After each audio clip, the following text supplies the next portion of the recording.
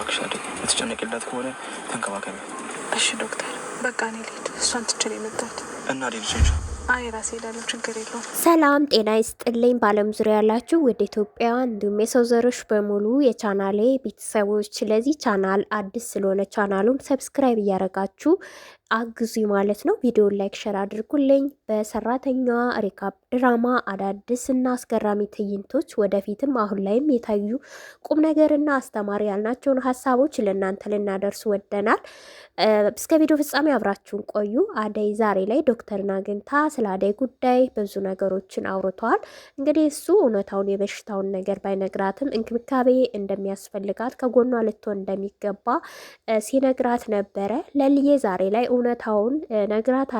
ለአደይ ምን እንደታመመች ያለባት የደም ካንሰር በውስጧ እንዳለ መቼ እንዴት እንደተከሰተ ባይገባትም ይህ ነገር እንዳለባት ነገር ግን ደግሞ መድኃኒቱን ሳታቋርጥ በአግባቡ መውሰድ እንዳለባትና ትሪት ሊደረግ እንደሚችል ከዶክተሩ ተነግሯታል ማለት ነው።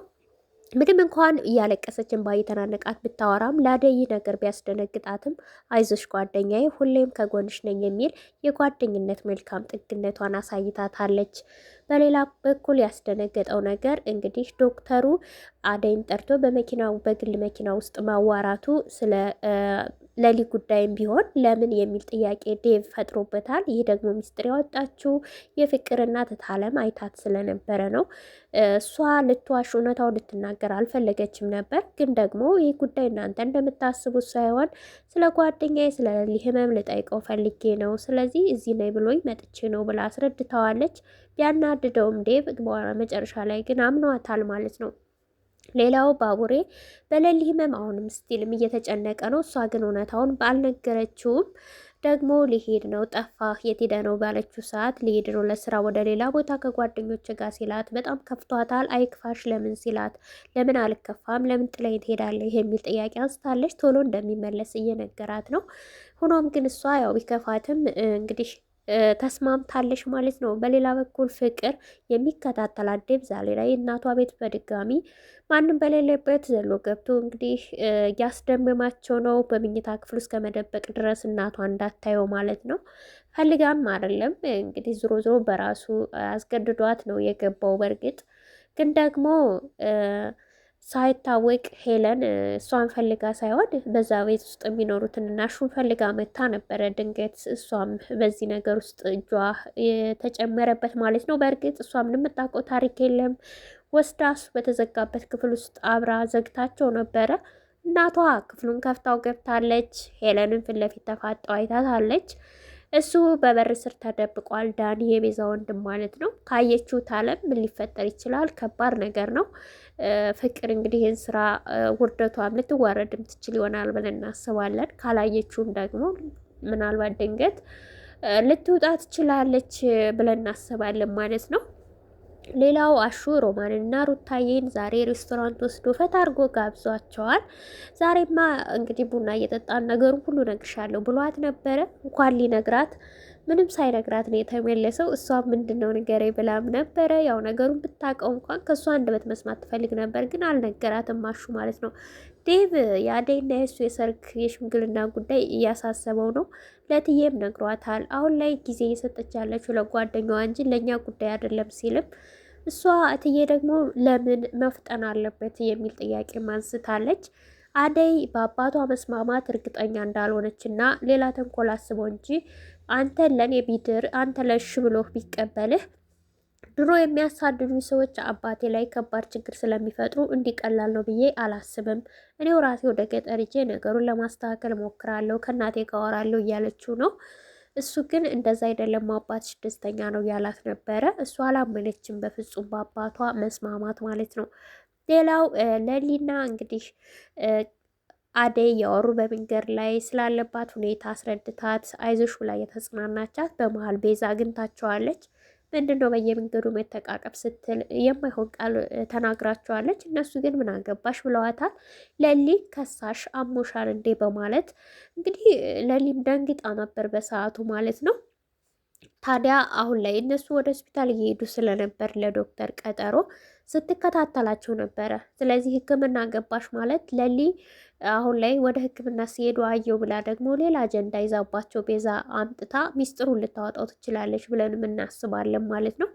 ምንም እንኳን የበሽታውን አይነት ባታቅም ሕክምና እየሄደች እንደሆነ ለምን አስፈልጓት ሄደ የሚለውን ነገር ሌላ ሚስጥር ታወጣለች ቤዛ ማለት ነው። ሌላ አጀንዳ አግኝታለች እንግዲህ እነሱም በጣም ተናደውባት ነበረ የሄዱት። እሷም ስትከታተላቸው ተመልክተናል። ዶክተሩ ግን በጣም መክሯታል። አደይም ከጎኗ እንድትሆን መድኃኒቷን በአግባቡ እንድትወስድ፣ በሽታው የከፋ ደረጃ ላይ አይደለም፣ እድለኛ ናት ብሏልም። ነገር ግን ደግሞ ይሄ ሕክምና ሲደረግ ብዙ የጎንዮሽ ጉዳት እንደሚያመጣባትም ነግሯታል። የጎንዮሽ ጉዳቱ ምንድን ነው ስትል እሱን ቆይተን መድኃኒቱ ሁሉ ነገር ካለቀ በኋላ ነው ውጤቱን ልናቅ የምንችለው ብሎ ይሄደው ብሎ አልነገራትም። ምናልባት የጎንዮሽ ጉዳቱ እጅግ በጣም እሷ የማትፈልጋቸው አስቸጋሪ ነገሮች በህይወቷ ላይ ሊገጥሙ ይችላሉ ብለን የምንገምታቸው ነገሮች ምናልባት እንግዲህ መውለድ እንደማችን ማካንነት ሊያጋጥማት ይችላል፣ ወዘተ ወዘተ፣ ሌላም ሌላም ነገር ማለት ነው የምናየው ነው ወደፊት። ስለዚህ ፍቅር አሹ እንግዲህ ዳኒን ይከላከልልኛል ያግዘኛል ብላ ዛሬ ላይ እነሱን ልካ ቤት ውስጥ ብትቀመጥም ራሷ ተዋርዳለች ማለት ነው። እንግዲህ ዘሎ ገብተውባታል እና አሹም ወደ ቤት አልተመለሱም ገና። እናትየዋም የት ሄዱ የሚል ጥያቄ አንስታለች ማለት ነው። ሌላው የክንጎና የቅምጥል መስከር ወንድሟን አስቆጥቷል። ከዛም አልፎ ተርፎ ወደ ቤቱ ወስደው ደግሞ አብረው እስከ ማደር ድረስ ደርሰው ነበር።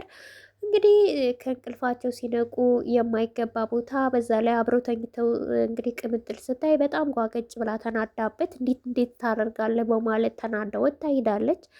የተናገረውን ነገር ወንድምየው ባቡሬ አስታውሶ እንግዲህ በጣም ፈርቶ ነበረ። ሂድና አናግራት በማለት ዳይመንድን እንዲያናግራት ልኮት ነበረ ማለት ነው። ኪንጎ ዳይመንድ ሊያናግራት ቢሞክር ራሱ አንተ ነው ይሄን ሁሉ ስራ እየሰራኸው በማለት እንደውም በሱ ላይ ሁሉ ተናዳበትም ተመልክተን ነበር ማለት ነው።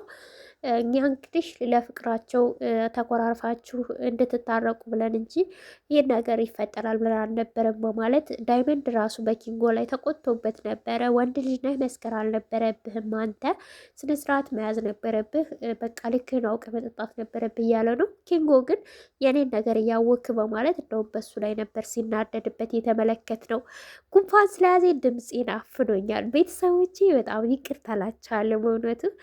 እናም አሁን ላይ ያየነው ነገር ፍቅር ሄለንን ሌላ ጦስ ውስጥ ነው የከተተቻት። ምናልባት እናቷ ዳኒንን በዛ ክፍል ውስጥ እንዳለ በበር ስር መደበቁን በሩን ከፍታ ካገኘችው ሄለንን እንግዲህ ከእሱ ጋር ምን እየተደረገ ነው ሌላ ጥያቄ ነው የሚፈጠረው እና ምናልባት አበበ ይሄን ጉድ ከሰማ ደግሞ በሄለን ላይ ሌላ ችግር ይመጣባታል ብለን እናስባለን።